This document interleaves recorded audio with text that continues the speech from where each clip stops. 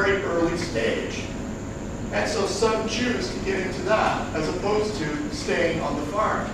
That sounds to me like there could be some farm consolidation that happens, increasing the economies of scale of the farm and taking others into that rudimentary first stage of manufacturing. You know that in most developed economies, food processing as a share of total manufacturing is a substantial share. It doesn't matter how developed or even how undeveloped the economy is.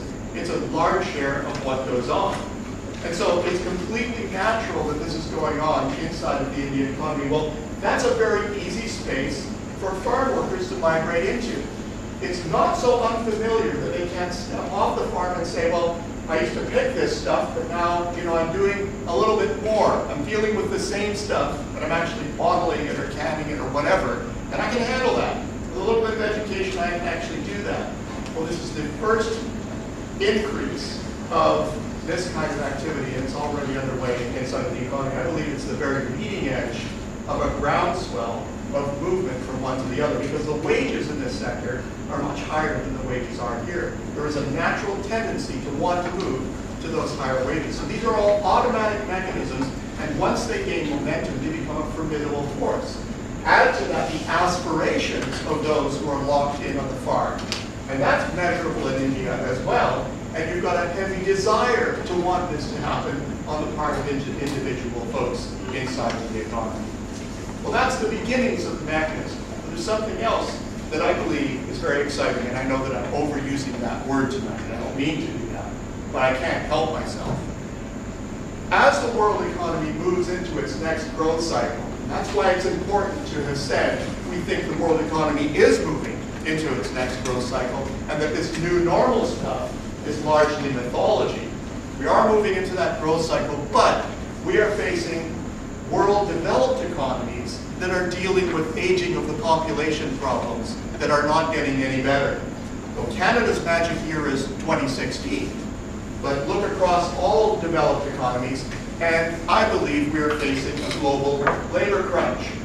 So economies have orders coming their way, and this is Canada's story at the moment. We've got a phenomenal amount of orders coming our way because we've got good technology, we've got good management processes, we've got good accounts with the rest of the world. We are actually transforming at the moment because crisis inside of our own economy has driven us away from our traditional customers. And we are now doing far more emerging market business than we've ever done before. So these exciting growth dynamics are hitting us and other economies. And when we get to growth, we've got this big problem because labor is holding us back. You look at potential output calculations for OECD nations, and they're skinny. Like many of them are below 2% per year. And Canada is projected to get to as little as 1.5% growth in 5 to 10 years from now. Well, you can't cope with the orders if that's how your supply side is actually holding you back. Even China hits a wall in, I didn't mean that as a pun, in 2015 by their own calculations. Their one-child policy causes their population to go negative. Well, if Japan's situation in the early 1990s is anything to go by, that's a moment of reckoning for even the Chinese economy. Something of a great hurdle that they need to get over. Now, they're different from Japan because different stage of development, and that means something. But it does mean that there will be an alteration in their rate of growth and expectations will adjust. What does all this mean? This means you've got a lot of economies in the rest of the world that are looking for an economy with a growing population, with a sizable population. And what I would add to this natural mechanism is if you've got an organic push inside of the Indian economy wanting to have this happen, there's probably as much or even more pressure externally from countries that are going to be knocking on India's door very soon, wanting to build a manufacturing sector here, because unlike most economies in the rest of the world, you have people. I think this is the next wave of growth that is going to hit the Indian economy. And as transformative as the service sector growth has been inside of India, I believe this is going to be even more dramatic.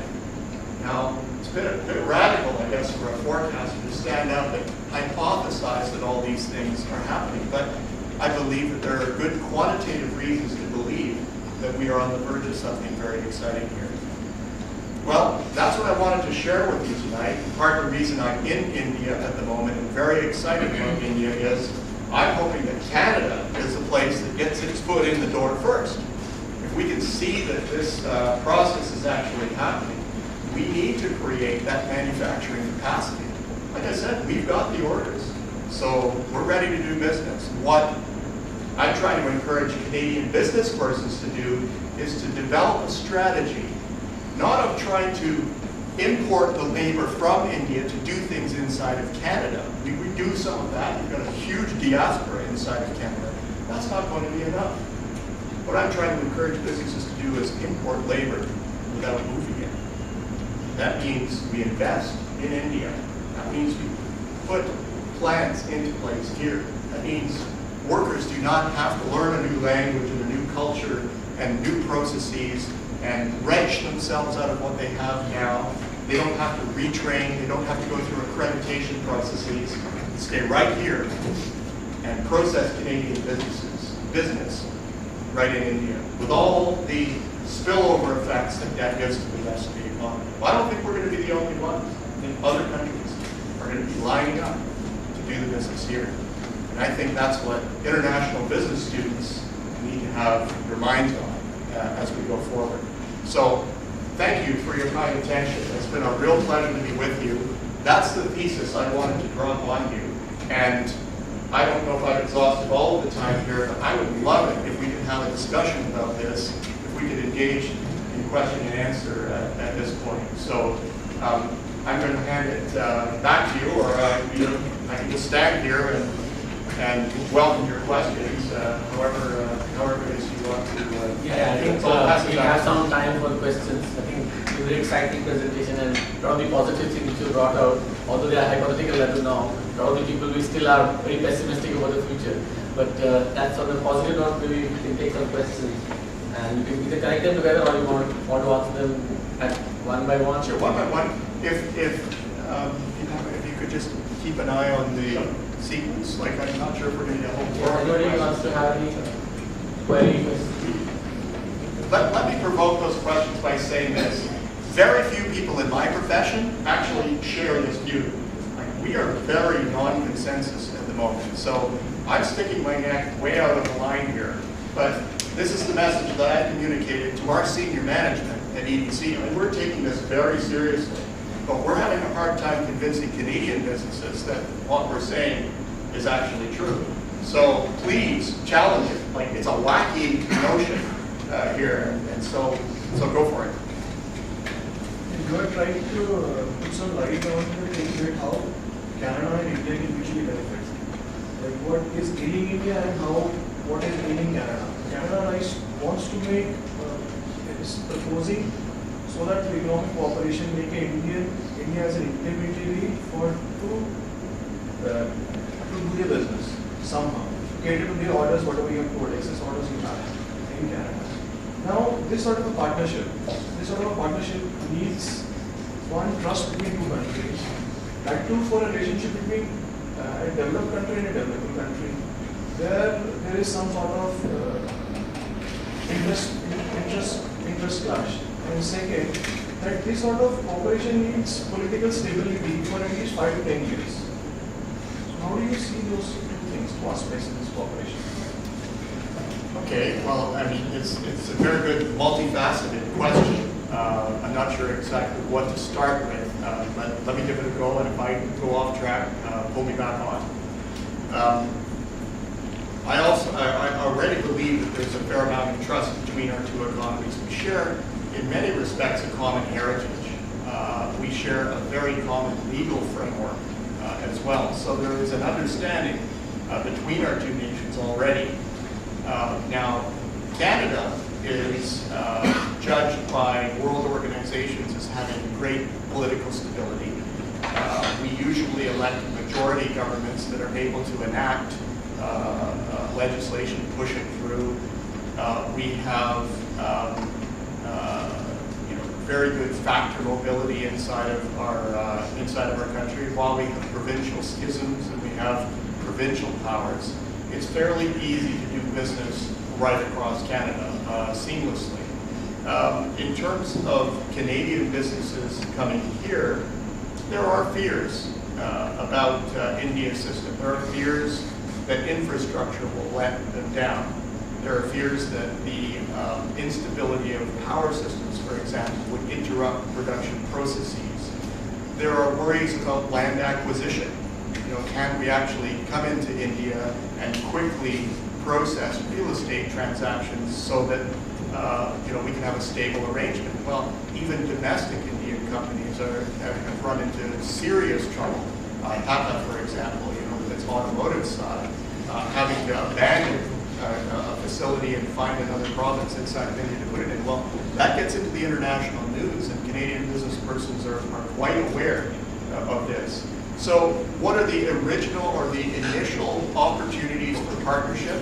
Well, India needs infrastructure. Canada is very good at creating infrastructure. We have companies that are operating in, I can think of one company that's operating in over 100 countries of the world, and they have tens of thousands of global staff, and that's what they're in the business of doing, creating power systems internationally, creating road, rail, transportation systems, project managing those, and they can even run them if the need be. We have very substantial pension funds that are looking at P3 arrangements with a lot of excitement, and they're looking at India and saying, this is a huge opportunity here. We already have substantial cooperation, I would say substantial based on the growth, cooperation between educational institutions. There is a lot of clean tech money in India at the moment. Canada has a comparative advantage there as well. This all sounds very one-sided, but these are the elements of our growth strategy, and there are others beside that as well for India. So we've already got a foot in the door with respect to this. What we're talking about is leveraging those who have actually blazed the trail inside of India, who have the understanding of the market here, and branching out into other aspects of the Canadian economy that can operate here and generate those benefits inside of India. Benefits that are generated here, but benefits that also accrue to Canada as well, because we still have our head office operations there. There are two reasons for putting that investment here. First of all, the phenomenal growth of the middle class in India is creating a consumption class that manufacturing facilities here can sell to. But it's not just that. These are global operations of Canadian firms that are selling to the rest of the world too. So not only is it facilitating the growth of domestic India, but also the export function as well. That's the design of this. Now Canada is already doing this in the rest of the world. Our foreign affiliate sales are equal to the size of our exports. That happened in 2009. We're a trading nation, so that's a pretty good figure. And we've got a lot of resources as well. So if you really look at the manufacturing sector and say, well, those foreign affiliate sales as a share of our manufacturing exports, the ratio is even more favorable. The ratio of foreign affiliate sales that we are currently doing in emerging markets is twice, almost more than twice the size of our exports. So we're already about this business. Canada's already actively doing this. And what we're saying is, we haven't even begun. There's a lot more to do. So that's a sense in which it helps India, it helps Canada, but we've got a real problem, and it's helping to fix our problem, but it's also helping a problem that Murthy highlights in A Better India, A Better World book, where he says this manufacturing sector is nowhere, and it's got to go somewhere if India is going to be anywhere. Well, I couldn't agree more. I just, in reading that book, it's tremendously inspirational. You couple it together with the mechanisms that are already in place. He's a pretty good forecaster. It's already happening. So I hope that's answered your question. Did I? But then you doesn't cover how do you plan to negotiate with the risks which are inherent to the country, the political system currently, and whatever you are mentioning. So how will actually Canadian businesses negate that risk? They just come in and